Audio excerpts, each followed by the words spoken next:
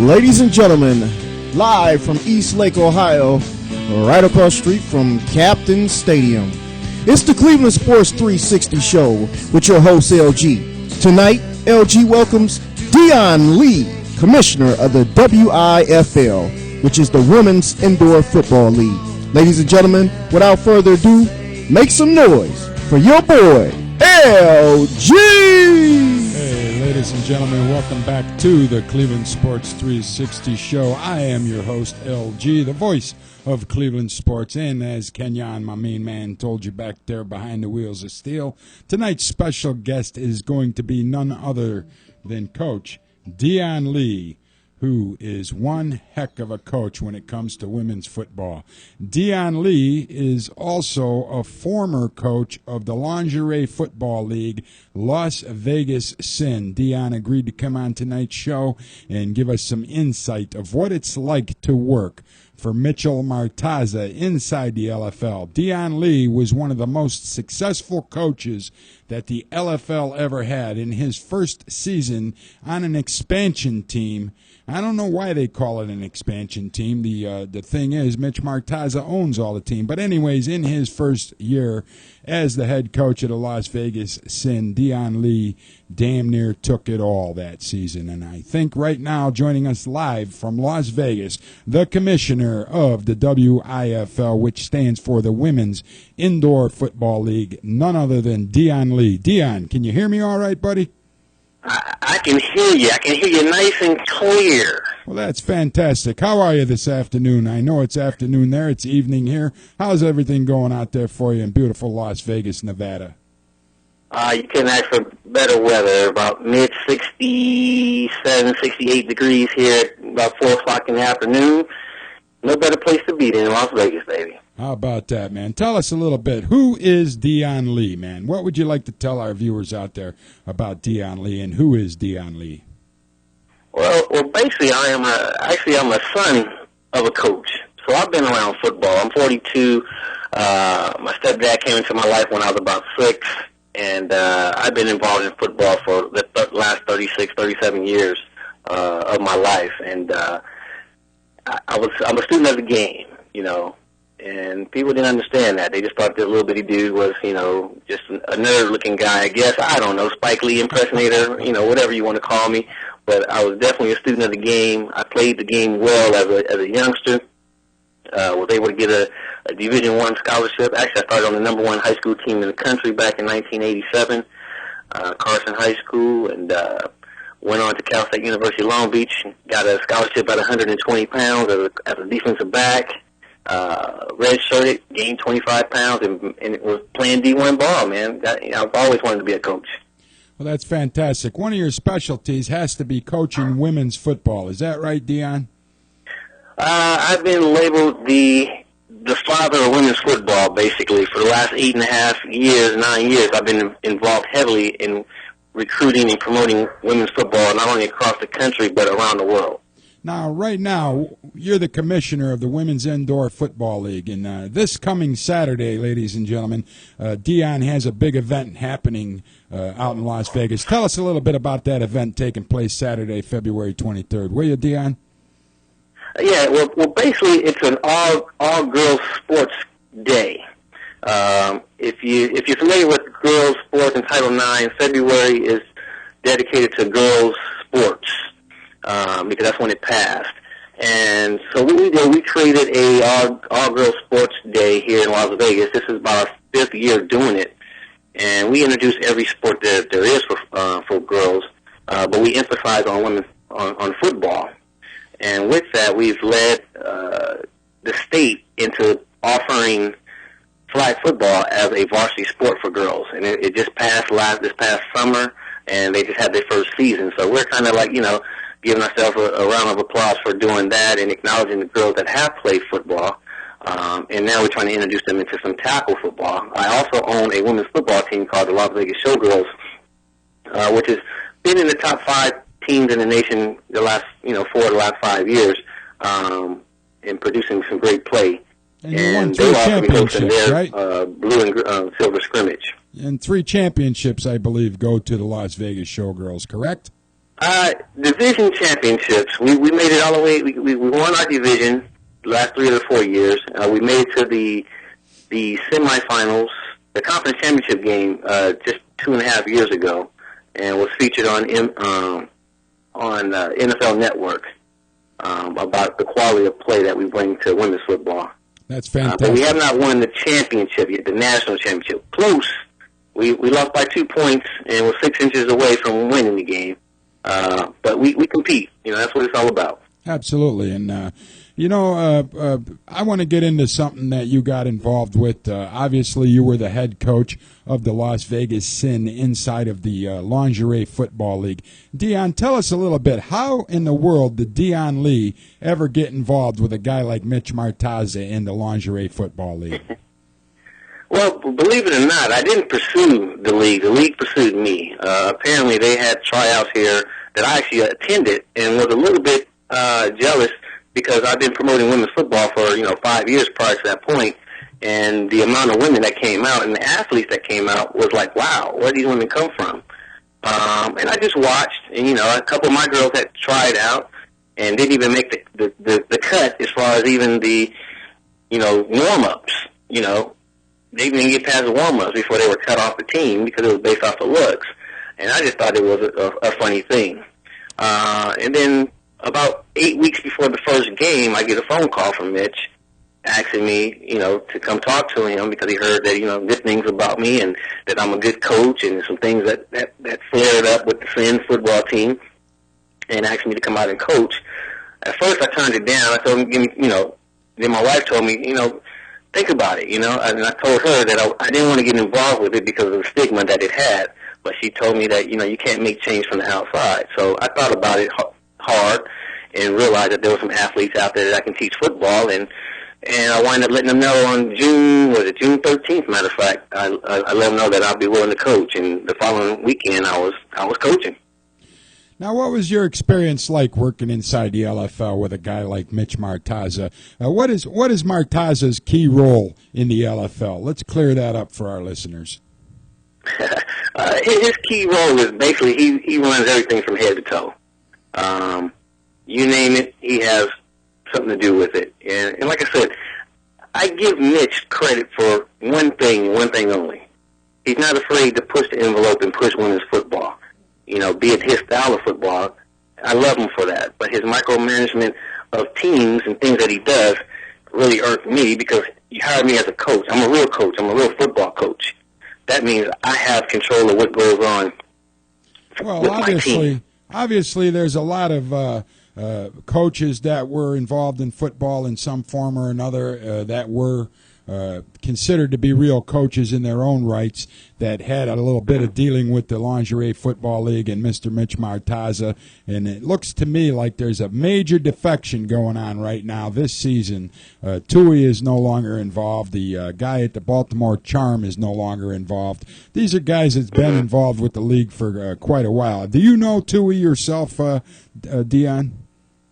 Yeah, actually, me and Tui went to high school together, and that's what made the L.A. and Vegas rivalry so hyped up because we learned football from the same high school legendary coach. And then Tui and I had an NFL career too, right? Say it again? I said Tui went on and played NFL football, didn't he?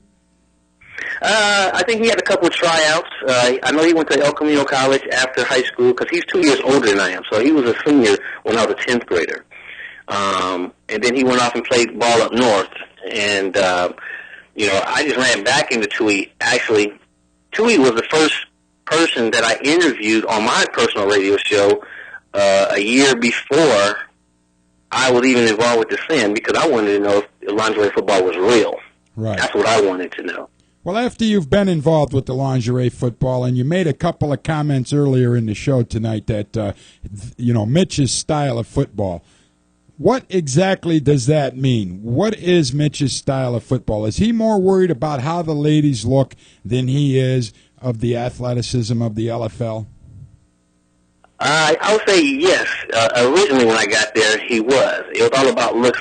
She don't look good. She doesn't do this. She don't have the body type. Now I'm a coach. I'm like, I'm a coach. I want the best product. I want the best athlete out there. I don't care what you look like. Makeup can make anybody look. It can make me look good. You know.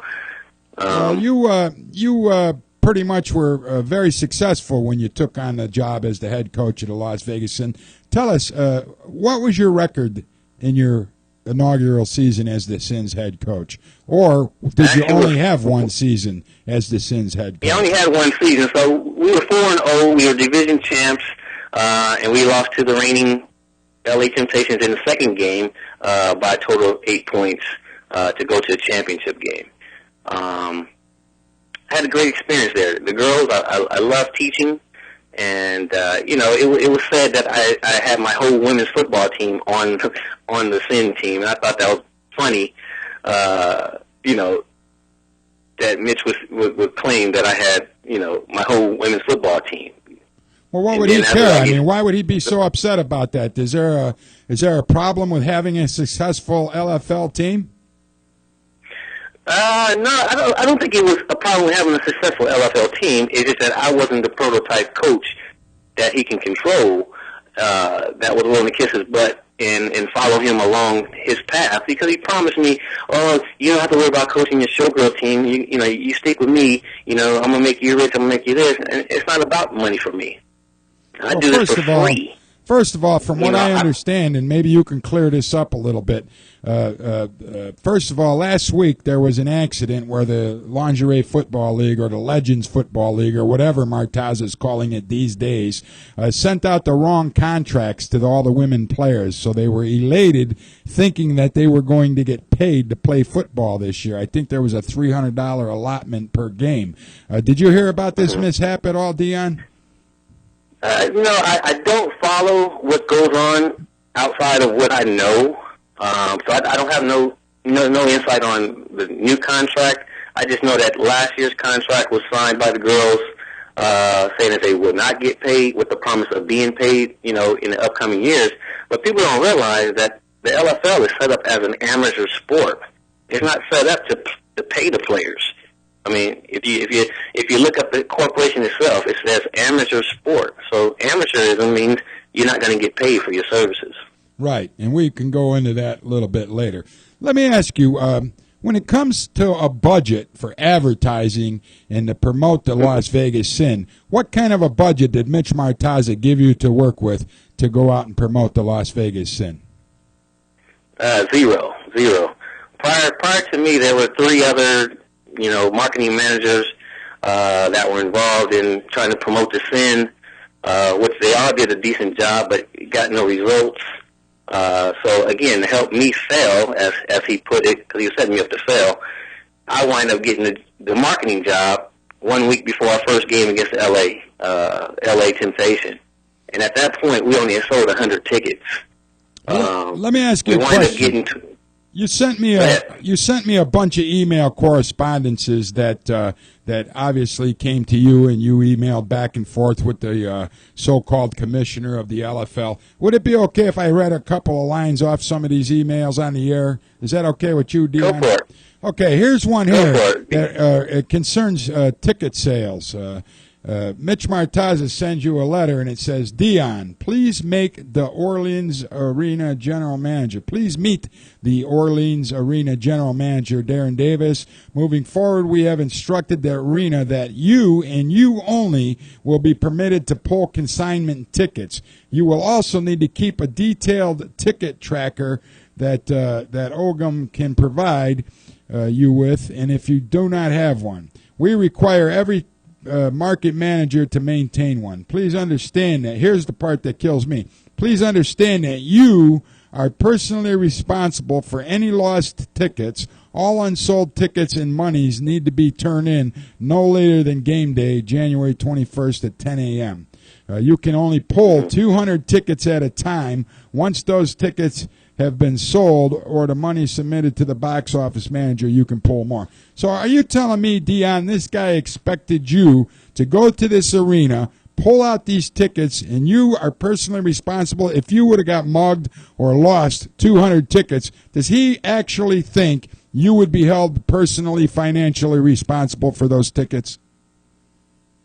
Yes, 100%. 100%. What it says in that email is exactly what he expected. I've even spent $1,000 to get some of my media contacts in because they weren't national media, and he wouldn't allow them to get comp tickets for media. So I went ahead and spent $1,000 of my own money. And how much money does a coach in the LFL get paid? We get paid per game. You get an allotment of like $1,200 for a win and like $700 for a loss as a head coach, and then your assistant coach get half of what you get. When it comes to paying the players, they get absolutely zero, right? Correct. But the coaches are getting $1,200. The girls get zero. Correct. If you lose, what was your take? I didn't lose, so I don't know what the take was. Well, that's a good way to do it, I guess. But yeah, we got to ask L.A., ask Chicago, ask Seattle. Who else did we beat? Oh, in Green Bay. Right. Ask those guys how much they got paid. Okay, well, listen, man, we're going to take a short commercial break, and I want you to stay on hold. We're going to come back right after the break when we pay some bills, and we're going to continue more with Coach Dion Lee right here on the Cleveland Sports 360 show on StreamingSportsTalk.com.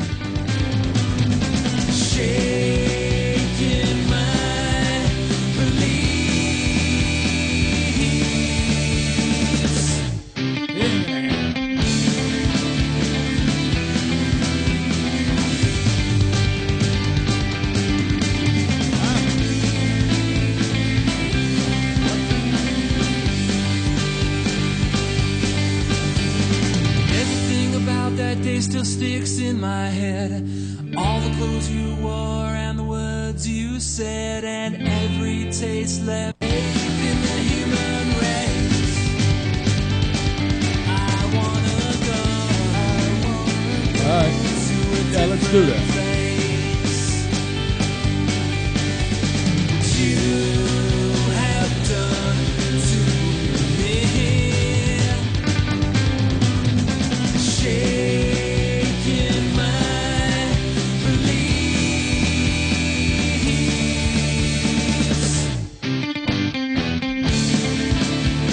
Hey, ladies and gentlemen, welcome back to the Cleveland Sports 360 show. Our special guest, the commissioner of the W.I.F.L, the Women's Indoor Football League, all the way from Las Vegas, Nevada tonight, Dion Lee. Dion, did you get through the commercial break okay, buddy? Oh, man, I love it. Everything's good. That's good, man. Hey, so basically we were talking before the break how you had to be responsible for the ticket sales. Did Mitch Mortaza make your girls actually get out on the streets and try to peddle these tickets? How did you do that, man?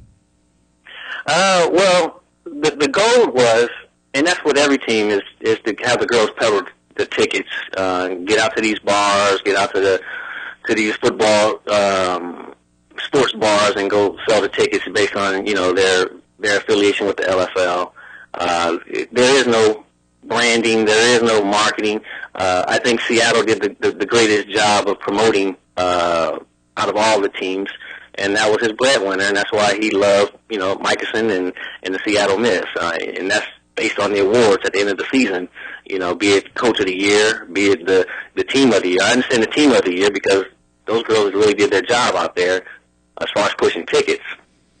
Well, let me ask you, man. So there absolutely is no team inside of the LFL that gets a promotional budget to go out and pump this. There's no television commercials. There's no radio advertising. There's no billboards anywhere. Is that correct? That's correct. The biggest thing that the LFL has going for it is that they have their own world inside. They have their own staff writers. They have their own film production company inside of the LFL. And the LFL world is real small outside of it. But if you're in it, you feel like you're just like the NFL. You feel like the NBA because you see a lot of stuff being promoted and pushed to you through Facebook and whatever. And it's your job to go out there and promote it, what they got, that they get for you. So anything you do radio-wise is basically, hey, you got to go do a promo. You don't pay for commercials. And this is why the Orleans were amazed that 1 week before the LA game, we only had 100 tickets sold. And next thing you know, there's 2,800 walk-ups. Because you were out there pumping it. Right, because I know Las Vegas, and like I said, I'm a promoter by by design. I'm a promoter of sports because I love promoting women's football, and I have a lot of contacts here in Vegas, you know. Well, and I was able to get the buzz going based on who I am and able to go to these radio stations and sit in and talk and do talk radio and do other things to promote the event. now let's get into something that a lot of people made allegations, and you probably heard about some of these allegations. First of all, Mitch Mortaza owns every team inside of the LFL, right? There was no other private guy that owned any of the teams, right? He's the only one that's out there in the forefront. If he has private investors, that's something that never arose throughout the time that I was there. But he is the head. He's the main person, yes. Now, there were serious allegations coming out of the Orlando, Florida area that when they played the Tampa Breeze in the Orlando or whatever it was, the two teams in Florida, Tampa and Orlando, were playing, and a lot of people were questioning some of the calls that referees made during the game. Did you ever catch wind of anything like that, man?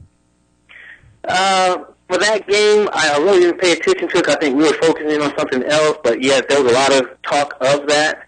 I just know that my experience was for the conference championship game, I was told by the head official that they're not going to make any calls because they were short on time due to the fact that the other game ran overtime when we did a doubleheader for the conference championships. So it was a different style of ball being played instead of playing by the rules. Now, who would instruct an official not to make any calls? The head man, the head honcho. I mean, he has the pull of everything. You know what I'm saying? So what he say goes. I mean, even to the point where he can come into your own locker room, and this is where me and him butted heads. Was, you know, the first game that we played, he comes in there and he's irate about our play. You know, here we are kicking Chicago's butt, and then he tells everybody that the only reason why we're winning is because the other team is flat. And I kind of went off because nobody's going to come into my locker room as a head coach and tell my team how they're playing. So you're saying the guy that runs the LFL could tell the referees what he wants done during a football game?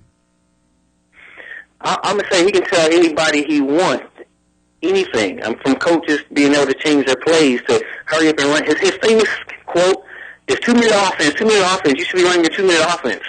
There was a situation where we were trying to install time against the LA Temptation, and he's telling me to hurry up my plays. I'm like, look, I'm running this. I run football. You sit in the stands and you do the production. I'm here to win. I'm not here to satisfy you. You know, his whole thing is the people don't come see the girls that play football. They come to be entertained. Right. And that's another famous quote that he would say before every game, and I couldn't believe that. He's telling you that they don't come to watch football? Right. Yeah, let's talk about that. Let's just, like, you don't see Roger Goodell going down and talking to referees during games and things of that nature, do you? No, you wouldn't see that. You see him up in the press box, you know, doing his thing from above and observing. And again, he couldn't be at every game anyway because they play all 16 games on the same day. Right. Unless there's a Monday night or a Thursday night game. But hey, let's talk about this though. Is it possible that when Mitch Mortaza tells the refs don't make any calls, that some rules could be broken? Definitely. I mean, again, you get a rule book of what the play is. Every real sport has a rule book, so you play within the rules. I think if you go to our conference championship game, you even have one of my players, Kerry Walters, talk about, you know, we don't play jungle ball. That's what they're playing out there. And you know, it was no rules. You look at that game, there was no calls. And what happened was a lot of my players who were disciplined in playing football wind up getting unsportsmanlike calls because the other girls were pushing their heads against the ground, you know, fighting, swinging, doing whatever they need to do while they're on the ground, and they get pissed off and mad. So the referees wouldn't call it on the other team, but they would call your team. Right, because of the reactionary that my players got, you know, and that's why I just smiled after the game. You know, it was meant to be that no way in hell did he want Dion Lee to win the championship or the Vegas Fans, especially when you had us ranked number 12, and we were, I don't know if your radio show, but was terrible from head to toe, from coaching staff to players. You know, and it's funny that after the season, guess who was the main coach out there for the sin after he canned me? It was him. He wants to be me. Right. You know? Right. And he said anybody could have coached that team. That's not true. Well, the funny thing is, I saw some writings about him actually. I don't know if it's him or his cronies at the LFL 360 web page or whatever it is, but they said anybody could win with that team because look at the players. I mean, Nikki Johnson was your quarterback, right? Right. And, you brought her along since a long time, right? I mean, this is not somebody that just all of a sudden showed up in the LFL. This is somebody that you knew and somebody that you knew had talent to play quarterback, right? Right, because Nikki played with me on an outdoor team. She also played flag football. So I've been grooming Nikki since she was about 15 years old of being a football player. It wasn't until she turned 18 that she was able to play football for me outdoors. And I actually brought her back out to play football because I wanted to win. The product that he had out there just wasn't good enough. And I only had 2 spots when I got there. Mind you, I didn't try out the girls. I didn't have a team set. I had a bunch of so-called all-stars quit. I mean, we had the Tank was out there supposedly. We had Christelle from the Chicago was out there. We had Laura from Seattle was out there. So this was a team that was made up to win, an all-star team. But the girls left because they were promised jobs, they were promised the Vegas life, and that was part of the whole problem that I walked into, all these promises. So Mortaza went around making all these false promises to these women. He didn't deliver on any of them, and then half the team walks out when you took over. Is that what you're saying? Yeah, they walked out, and even to the point where one of the star players that remained on the team after Mitch cursed us out and chewed us out in practice 2 weeks before the first game, we had Danica Brace quit because she felt that we were going to be sorry based on what Mitch had to say. And I let her go. I said, that's no problem. We're going to win. I've even had to hold 3 of the young ladies and say, look, the best way to get back at them is to win. I guarantee you we will win, and we're going to win big. And we're going to embarrass the crap out of Mitch because he's out there promoting how sorry we are. So basically, and then he winds up coming up with an excuse after we beat the Chicago team, like, oh, that wasn't his normal team, blah, blah. I said, look, man, I've only been here for 7 weeks coaching. Right. But you're we a football put up 32 coach. points. But let me ask you this: if some of the girls or some of the people, and even Sean Salisbury, who used to be the voice inside the LFL, and I'm hearing rumors that Mortaza even went trying to get Salisbury back just recently, and Salisbury laughed at him and said, "No way is he coming back." Like I said, it's a rumor. I can't tell you if it's true or not. But even Salisbury left the LFL after that Tampa and Orlando game. So if all these people are making accusations that Mitch Mortaza can control how a football game's outcome comes, could there be truth to that? I would say yes, 100%. And see, he couldn't use me. I wasn't one of his puppets. And I was pretty much one of the few coaches that stood up to him. And I even had other coaches from the LFL email me like, wow, how did you do that? How are you dealing with him? You know, so I said, I'm a coach. I do what I do. Here's your locker room email. Let me read this to the viewers out there. This is Mortaza's response to you. First, it is not your locker room nor your team. Understand who I am and who you are, or you will have the shortest tenure in LFL history. Do not test me again if you wish to remain on. Is this the typical way that Mortaza talks to people? That's 100% how he talks to not only the coaches but the players. And see, I talked to him in person, and I told him that it is my locker room. I am the coach. I control this domain on the football field. And it should be your locker room. If you want to fire me, fire me. Now let me just talk. Quit. Before we go to the next commercial break, you brought up Danica Brace, okay? And I have an interesting email here from Mortaza, obviously to you.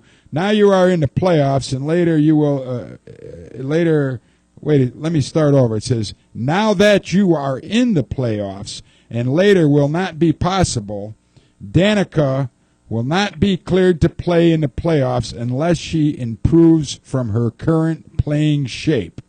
We have had these problems with her since she's began her career in the LFL. A career. You don't even get paid. How does he call it a career? If she does not show up in visibly better shape for the January 21st game, her LFL career will be over. I am really sick and tired of nursing some of these players that do not understand the importance of committing to be physically fit, especially in these uniforms. This is really your job as coaches, stopping from making the league to have the bad guy. It only improves her and your team if she's in shape. Now, this girl looks like she was always in shape to me. What am I missing, man? Did she go out and start binge eating? I mean, what's that all about, Dion?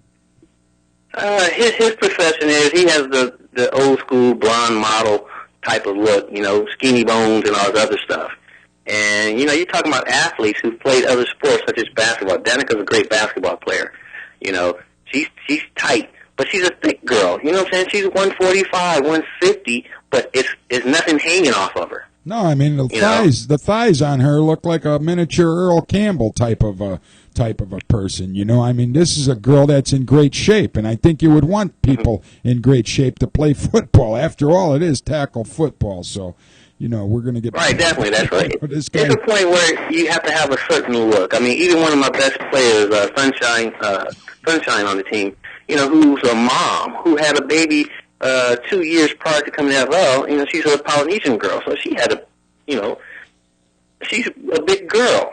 She's 5'11", 180, 185, and had a 8-pound, 9-pound baby. You're going to have some stretch marks. Her stomach is super tight. But because it didn't appear to look good on camera, it wasn't sexy. He was willing to kick her off the team. Well, let me hit you with this. Let me hit you with this Coach Lee email from Mitch Mortaza. I'm going to just read this. We're going to go into commercial break, and when we come back, we'll discuss this. But before we go to break, listen how he treats the guy that went in and won 4 straight games as the new head coach for the Las Vegas Sin.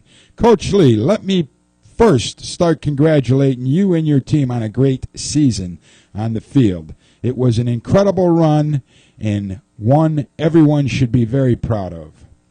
The league's concern continues to be the lack of respect both off the field.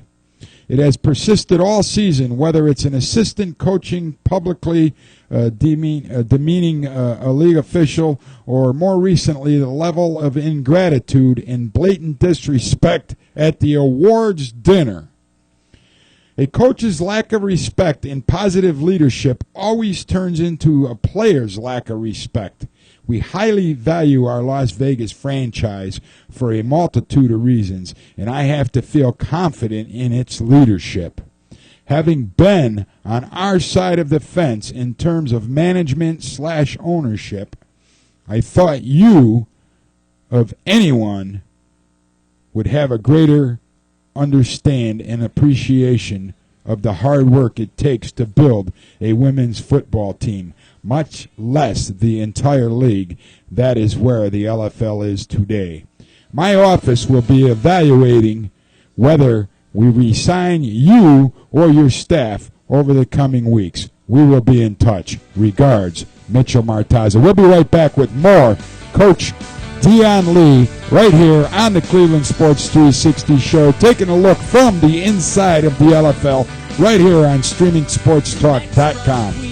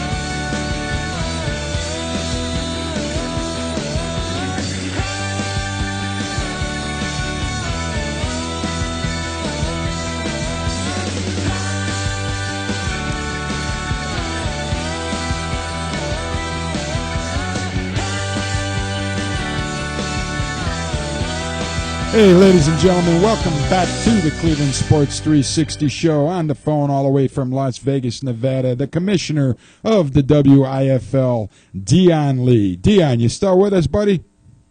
I am here, baby. I'm here. Lights, camera, action. Okay, before we left the commercial, I read an email how he was threatening you and your entire staff because of some behavior problems at the awards dinner. What in the hell is that about, Dion?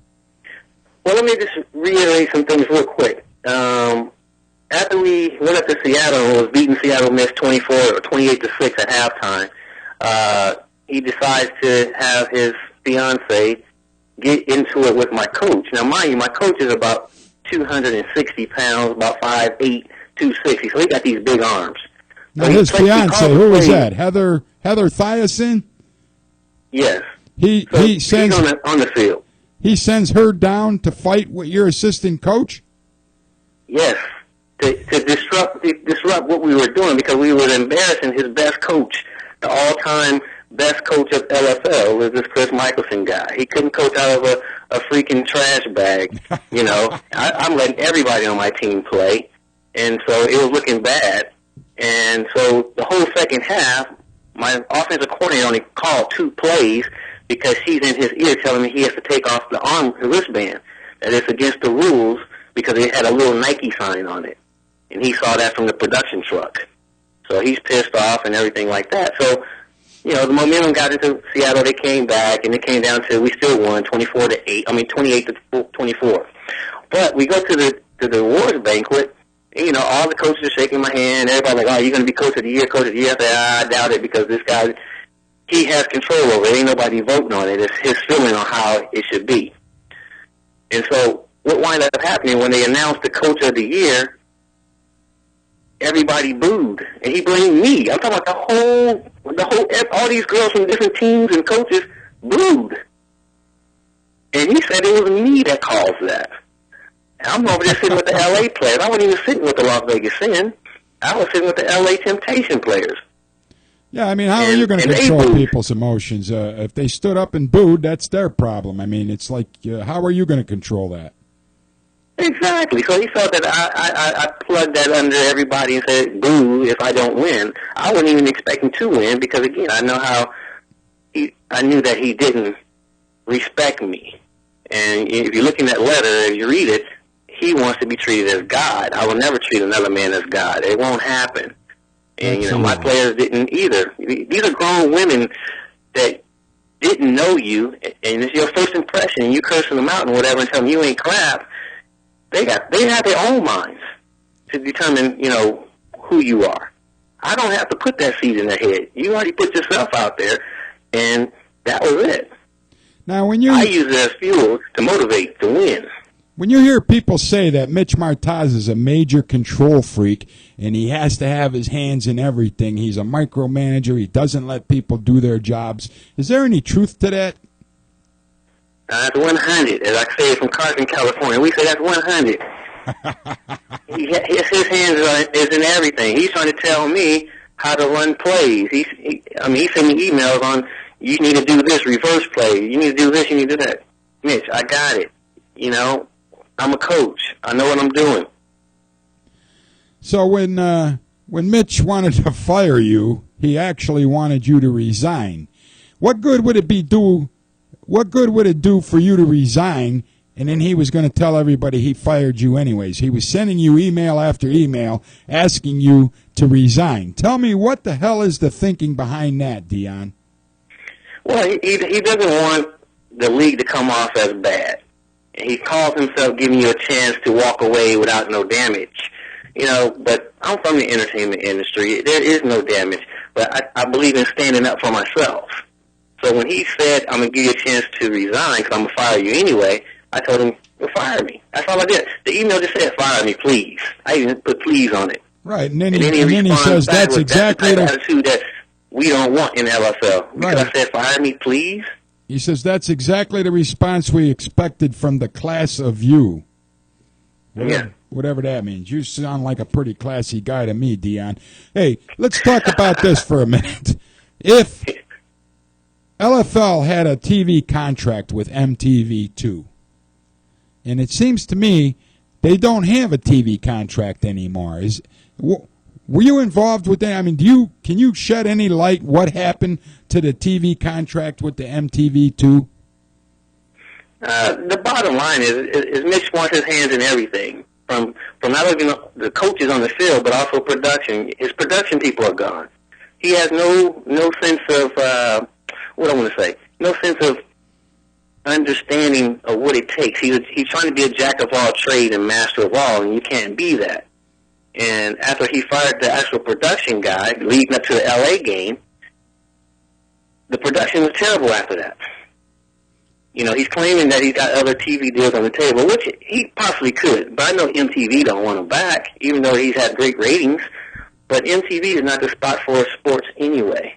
You know, if you're gonna promote this demographic and this sport, MTV is not the place if you want to be legit. You know, if you get an NBC Sports, ABC Sports, Fox Sports, and these are their other networks, not the major networks, but their off-brand or their cable network or ESPN2 or something like that. Now we're talking about elevating the sport. But when you want to put it on, you know, on reality TV, then, you know, where are you really taking this? Are you really taking the sport serious? And that's where I get into it with him, is because I take the sport serious. It's not a joke to me. I think these women deserve to be put out there. I think these women deserve to be paid. I think these women deserve to be put on a higher plateau than put on a cattle list. You know, if one quits, it's going to be 20 more to come in, because that's just this generation. They are looking for their 15 minutes of fame. To the point when I even got fired, I think I got an email from all my players with the concern to say it was dumb and stupid, but because he has them by the throat saying, if you say anything good about Coach, you will never be in the LFL. And so he put in a rule. It's to the rule. I call it the Dion Lee rule. Yeah. Shortly after the season, a few of the girls from the LA Temptation, the Seattle Miss, and also the Vegas Sand wanted to play outdoors with the Las Vegas Showgirls. Of course, he gets wind of it, and he puts out a letter a week prior to me even knowing, and he sent it out to everybody saying that you can no longer play football outside the LFL. Yeah, I got a copy of the Dion Lee rule. Let me read it. Let me read it to the people out there. It says, "Coaches, please send the below to your team and CC me. Thank you." So this is from Heather Thiason. Dear ladies and coaches of the LFL, first let me congratulate you on being part of the LFL's biggest season to date. In only 3 short seasons, we have built a premier women's sports league as a direct result of all the hard work. We have some exciting news coming in 2012 while we setting ourselves up. Yeah, the exciting news is we canceled the season in 2012 so we could go over to Australia and try to sue the lady that already had the phrase coined, LFL Australia. So that's what he did. He went down to Australia, Dion, and he started messing around with the people down under, including the sports minister down there, Lundy, who he made shirts and made a complete mockery. But back to the letter. It says, we have some exciting news coming in 2012 while we're setting ourselves up for a monumental spring and summer 2013 season with a greater television reach. Well, you just said he doesn't even have a TV contract for the LFL that you know about, right? Correct.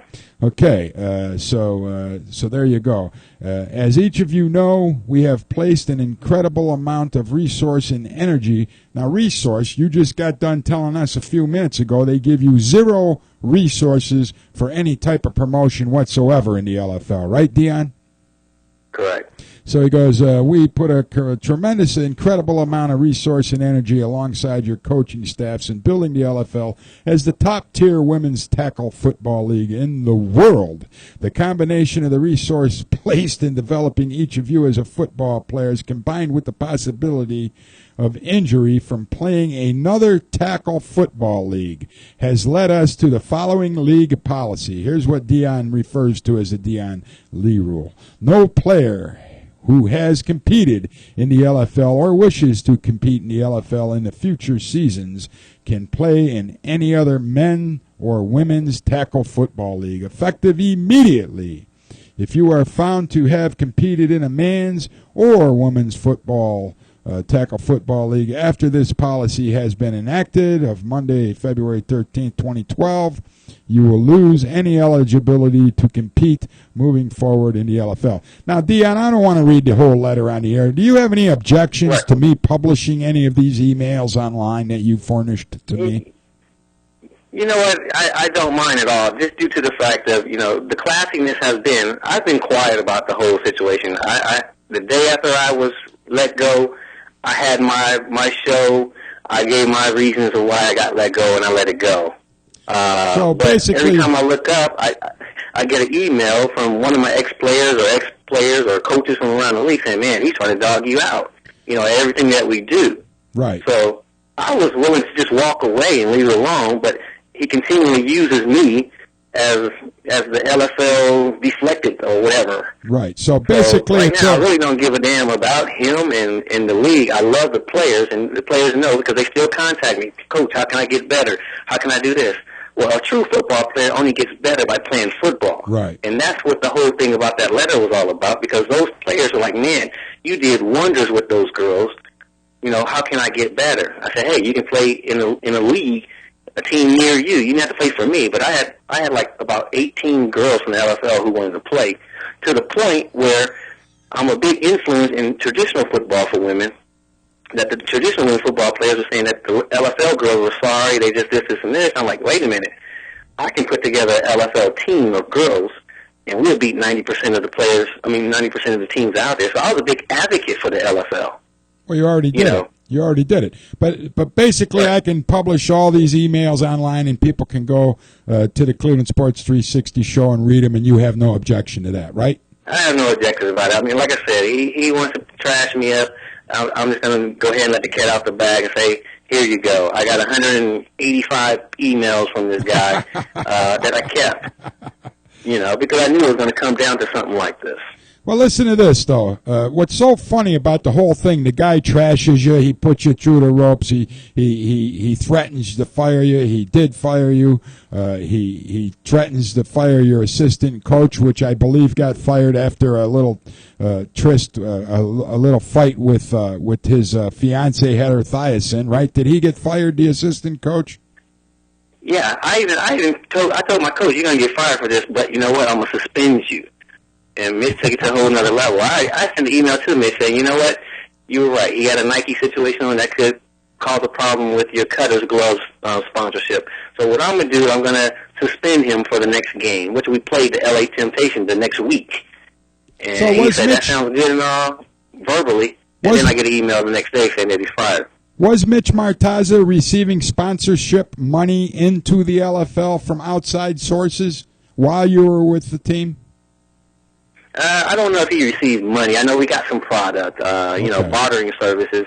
If we got a TV deal and, Rollins is mentioned and Cutter's gloves were used. Financially, I don't know what he got. So you're not sure if he got paid, but he did get something. So anyways, what I find so funny is this guy wants to take over the world in women's football. I just saw the other day somebody posted online. I think there's a great website called LFLrumors.com. Again, it's LFLrumors.com. I think this guy or whoever runs that site is trying to keep people abreast of what's going on. But they had a tryout in England where 20 girls showed up out of the entire country of England to do this LFL. But here's a guy, he wants to play football in Australia, he wants to play it in Canada, he wants to play it in the United States. And what's he do after bitching you out all season long, Dion? He sends you an email and it's marked, subject, urgent, down markers. Coach Lee, our LFL down markers were left in the previous city and we do not have them tonight. Do you have them from your other team that you can bring to the arena with you? Please coordinate with George Martin from the league office. Are you telling me, Dion Lee, that a guy as big as Mitch Mortaza thinks he is, the LFL only has one set of frickin' down markers, man? You know what? Yes, I mean, that was funny, and like I said, it was at our home field, and I have the resources to get things of that nature, and, yes, people aren't as perfect as they think they really are, and You Can you imagine the NFL going from city to city, and as you said, sometimes there's 16 games in one day, and they only got one set of down markers for. It's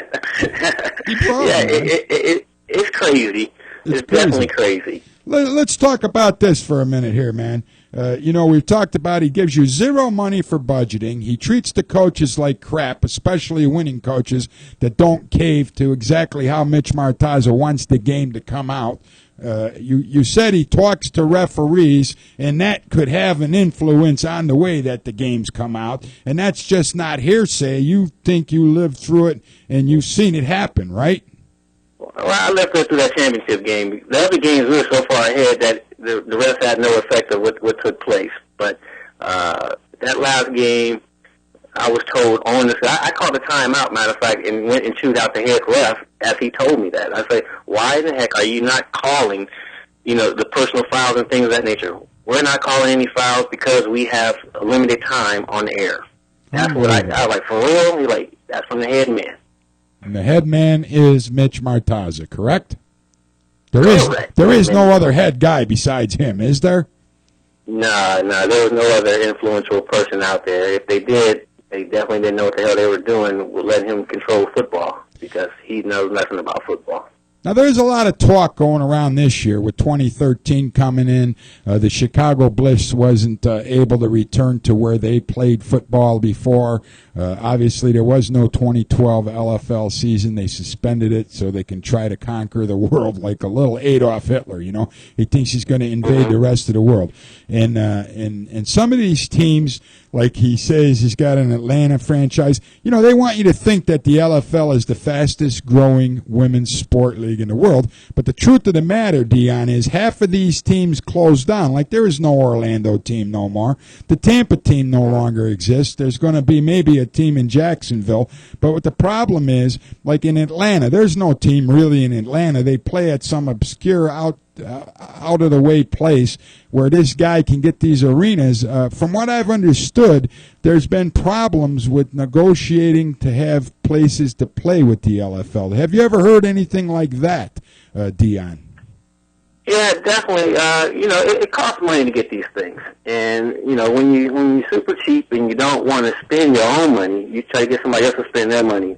And I know that there's a couple of teams out there that are having issues with training facilities just to work out. I know that some of the coaches out there are forking the money out of their pocket to host these practice facilities, or they'll line up a partnership with them and say, hey, we're LFL. Give us these hours to do it, but we're not going to pay you. We're going to exchange for promotional time. When we're on TV, we'll mention your facility or something like that. So it's a bartering service, but it's not a cash strap situation where they're like, here's the money, this is what we need to do. And I know a couple of teams out there are struggling, especially over the last year and a half. Without a season, he requested these players practice 3 to 5 days a week during this year and a half off. Now, here's an email right here, and it has to do with marketing and money and things of that nature, and it says, "Hi, Dion. We're getting concerned that once again the team is not getting out to market the team. Remember that the final game versus Green Bay is meaningless in the standings. So unless the ladies get out and start promoting the January 21st immediately, we will cancel rather than lose money again." Now, is there a possibility that this guy's losing money on a multitude of these LFL football games, man?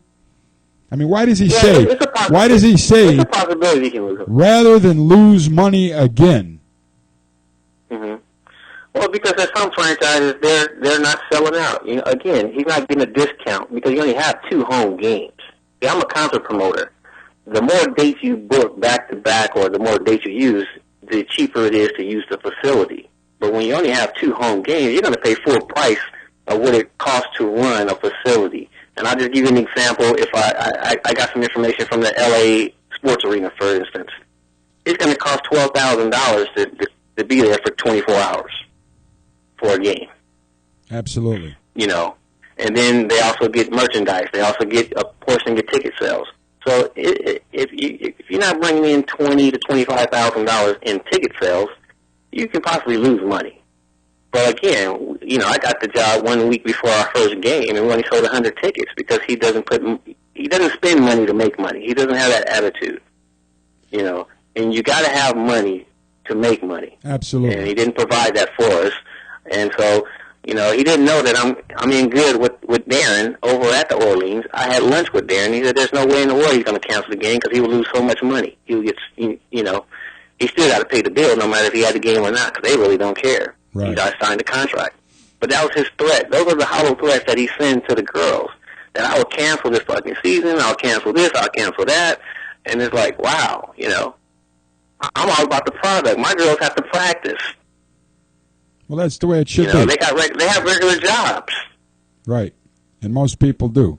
But let's touch on this. Let's get off the LFL for a minute because obviously I think my personal opinion is the LFL's future is really looking bleak right now. It doesn't look like this is the fastest growing league of anything. It looks more like the Titanic starting to sink down. But what if women really want to play serious football? What should they do? Who should they get in contact and tell them? What is about this W.I.F.L, man? Where's these teams at? How can they get in contact with you? What is Dion Lee trying to do as the commissioner of the W.I.F.L? Well, what I'm trying to do with the Women's Indoor Football League is try to legitimize football. I mean, I'm involved with the traditional football outdoors. There's 125 teams nationwide. So the LFL is not the fastest growing when you got over 6,000 women who play football in other leagues. It might be 3 different leagues, but it's still traditional outdoor. We still play each other. And you only have 200 girls. And like I said, you have 200 good athletes. And don't get me wrong, I really respect the women who do play in the LFL, and it's great. But again, being inside and being able to say, you know what, it could work if somebody who knew football ran it, who trust in the people who are running it, let them run it, let them coach it, and give the women an opportunity to get paid to do this thing, you know, because they are the end result product, you know. And I think I mentioned something in his alter ego, Jim Stew, you know, told everybody that I called him a pimp.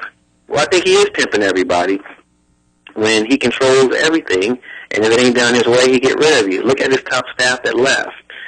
But what we're trying to create is a situation that is an indoor situation, indoor, outdoor, it doesn't matter, but full padded, and that the ladies get paid. We're really working hard at it. It's not going to be, you know, it ain't going to be booming, built in one night, you know, type of situation. So we're going to have our ups and downs.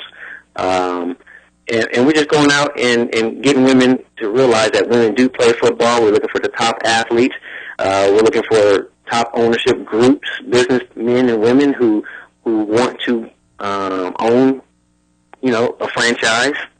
You know, we're not trying to be the league owning everything type of situation. And it's gonna take some time. You know what I'm saying? It's not really just because my name's attached to it that it's gonna work. We do have some sponsors who have jumped on board. We have a lot of interest from across the country. But again, it's up to the women. You got to prove that you play football in order for people to want to be invested in you. Absolutely. You know? Now, how do these women that want to play football get a hold of Dion Lee? You can contact me by phone, 702-764-8878. You can contact me by email at dlee@wiflfootball.com. And you can go to the website, which is wiflfootball.com, and there's contact information there. And, you know, our goal is to be up and running in 2014 in the spring. With how many teams, we don't know yet. We haven't determined that yet. It's all about interest. You know, I'm not going to sit up here and promise, you know, we're going to have 18 teams, 16 teams, 20 teams. It's what needs to be done. We have a plan A and we have a plan B. Plan A is ideally to get 8 teams on the West Coast, 8 teams on the East Coast to start off with. But if that's not the case, then we'll just start off with maybe 4, 5, 6 teams in one region to get this thing started. And these ladies will be getting paid to play football. Is that correct?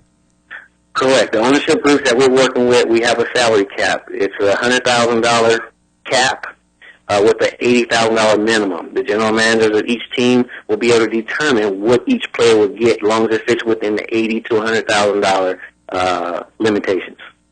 Well, there you have it, ladies. If you really want to play football, get a hold of the W.I.F.L.com or call Coach Lee. Give us that number one more time to call, Dion. It would be 702-764-8878.